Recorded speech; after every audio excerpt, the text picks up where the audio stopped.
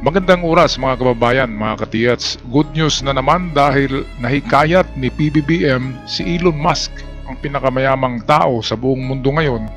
Si Elon Musk ay nag-umpisa ng mag-invest sa Pilipinas. Ito yung pinakauna niyang investment, ang Tesla cars at manufacturing dito sa ating bansa. Kaya kung ito'y maganda ang income, ay ang plano ni Elon Musk ay gawing tech hub ang Pilipinas. Ibig sabihin, lagyan pa niya dito ng iba't ibang kanyang mga negosyo katulad ng SpaceX, space technology at iba pang faktorya niya ng may plano kasi siyang gawing superpower ang Pinas, kaya gagawa siya dito ng parang pabrika ng armas dito mismo sa Pilipinas para ihaharap sa China. Kaya yun ang maganda at sana ay matuloy ito para manginig na sa takot itong China. Okay, narito ang ulat, atin panoorin. President Bongbong Marcos is encouraging Telsa Incorporated to manufacture electric vehicles in the country as he believes it will align with the efforts to adopt a sustainable transport system and reduce carbon emissions. Speaking at the launch of Tesla Center Philippines at the Bonifacio Global City in Taguig City on Monday, January 20, Marcos thanks the multinational automotive and clean energy company for investing in the Philippines. Tesla's decision to invest in the Philippines is a recognition of our nation's potential, underpinned by forward-thinking policies and a collective determination to innovate. With plans to expand further, Tesla is building a generation of Filipinos equipped to lead in the global shift towards sustainable technologies such as these. It is our fervent hope that Tesla might one day choose to manufacture its vehicles in the Philippines.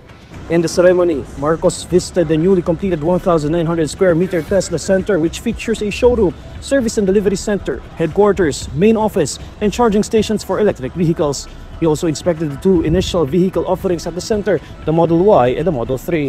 Ito ang katunayan, mga kababayan, na ang Pilipinas ay talagang pataas ng pataas ang ekonomiya at maganda ang ekonomiya, meaning maraming mag-invest sa isang bansa. Si Elon Musk ay hindi basta-bastang visionary yan. Inventor pa yan, negosyante, at visionary nga. Alam niya tingnan ang isang lugar kung ito'y lalago kapag maglagay siya ng kanyang negosyo. Ang maganda diyan, kasi si Elon Musk ay pro-Amerika, of course. Magkasangga sila ni Trump ngayon. Ngayon, dahil si Trump yan, gusto kasi ni Trump na palakasin ang Pilipinas sa kanyang military defense. Kasi ang Pilipinas ang unang kung ano pa yan, itong laro ay ang Pilipinas ay nasa front line. Siya yung pinakauna na island chain, yung tinatawag island chain na haharang. Kasama dyan ang Hawaii, ang Guam at iba pang Taiwan. Kasamang Taiwan, mga island chain yan na nagbarikada bali bago makapasok ang China sa Amerika. Kaya kailangan ng Amerika na pagtibayin ang ating armed forces. Tutulungan tayo. Kaya sa tulong ng mga high-tech na kagamitan na panggira ni Elon Musk, meron kasing mga invention ngayon si Elon Musk na mga bago, katulad ng laser beam, meron diyan kay Elon Musk yan. Mga tangke-de-guerra na fully automatic, parang Armalite kung puputok, meron din si Elon Musk yan. Kaya kapag nandito na si Elon Musk at talagang nandito na naman, nandito na nga siya kasi merong mga balita na nagpagawa si Elon Musk ng mansyon sa Palawan yata, basta isang isla na maganda. Nandyan ang mansyon ni Elon Musk, pinagawa niya kasi maganda dito mag-negosyo, sabi niya, kasi nasa sentro siya at harap na harap talaga sa China. Kaya kung ang Pilipinas ay magipag-compete ng produkto sa China, katulad na lamang ng electric cars. Ang electric cars kasi ng China ay nako, di ba? Segundang klaseng mga ano yan, nasusunog eh. Pero yung mga Tesla cars ni Elon Musk ay tested talaga. Pwede nga pang karira eh. Tumatakbo ng hanggang 300 kph. kasing bilis ng sports car ang mga takbo ng Tesla cars. At yan talaga ang una. Bago pa nakapag-imbento ang China, nangungopya lang kasi ang China eh. Ang Tesla talaga ang una sa maganda at itong di kalidad na electric cars na katulad ng narito sa showroom. Okay, balik tayo kay PBBM. So today, we mark another significant step in our fight against climate change. While it is true that electric vehicles are currently seen as premium products, Tesla's entry into the Philippines signals much more than high-tech cars on the road. It is a very significant step forward to our long-term transformation towards a more environmentally friendly transportation. Tesla's decision to invest in the Philippines is a recognition of our nation's potential, underpinned by forward-thinking policies and a collective determination to innovate. More than helping environmental sustainability, Tesla also empowers our workforce. Every hire represents an investment in the Filipino talent that will drive this transition forward. With plans to expand further, Tesla is building a generation of Filipinos equipped to lead in the global shift towards sustainable technologies. Just last September, we inaugurated a state-of-the-art facility that produces advanced iron phosphate batteries, an essential component in electric vehicles. With a more conducive and empowering environment now taking shape for the EV industry, I'm very optimistic that more companies will seize the opportunity to drive this a very vital sector in the coming years. So to Tesla, thank you for believing in the Philippines. Your investment in the country extends beyond transportation and infrastructure.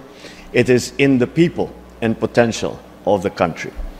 To the Filipino people, let us work together to ensure that this milestone runs parallel with our shared journey towards sustainability, inclusivity, and innovation. The path forward is ours to create bold, purposeful, and uniquely Filipino. Kung mag-speech si PBBM dito sa inauguration ng Tesla Philippines, nakita nyo walang tinitingnan na cellphone, di ba? Walang kopya. Parang automatic na nandiyan sa utak niya ang sasabihin. Ibig sabihin, talagang matalino, di ba? Kasi na-visualize niya ahead ang kanyang sasabihin Alam niya, kahit wala siyang tinitingnan.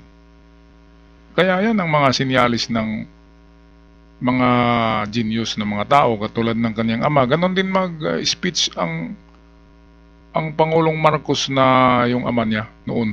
Walang tinitingnan, kaya bilib na bilib ang mga presidente sa ibang bansa dahil sa talino. Kaya nga, ibinoto ito si PBBM sa upuan dyan sa United Nations Security Council, ay baka next year uupo na yan dyan at magiging kilala na ang Pilipinas sa United Nations.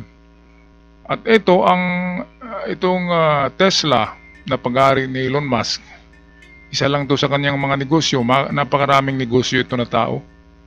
Kaya kung narito na yan si Elon Musk at lalago ang kanyang business, ay gaganda ang ekonomiya ng Pilipinas at gaganda rin ang trabaho. Maraming trabaho ang maibigay ng mga kumpanya ni Elon Musk at malalaki ang sweldo niyan kasi Elon Musk yan Kaya kapag nakapag-invest ng marami si Elon Musk sa Pilipinas, magiging high-tech na rin ang Pilipinas. At hindi lang yan, matatakot na ang China na bumbahin ang Pilipinas kasi narito si ito yung Iron Man na nabubuhay ngayon Kung napanood nyo yung mga Iron Man movie na si Stark, yung bilyonaryo na gwapito din.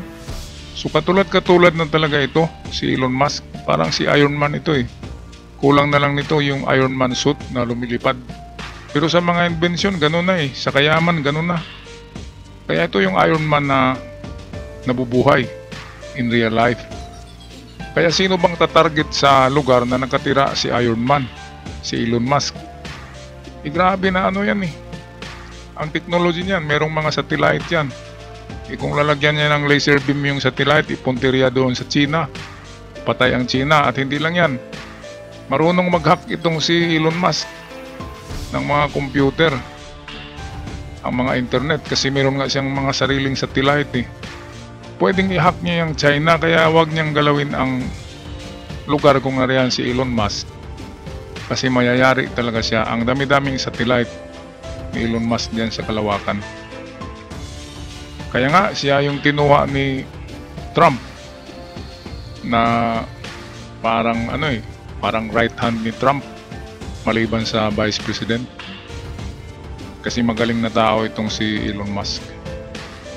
Okay, so ito na nga. Matagal na nating hinihintay ito na magkatotoo itong sinasabing investment ni Elon Musk sa Pilipinas na magbigay ng maraming trabaho rin. At gaganda ang lugar kung nariyan si Elon Musk. Okay, tapusin natin tong video.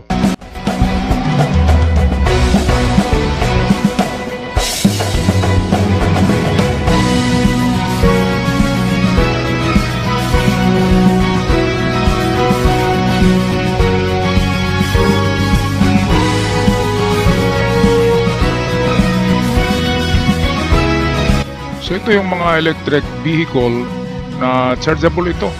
Ita-charge lang at ang plano ni FM kasi meron tayong material dito na gawing sangkap para makagawa ng battery.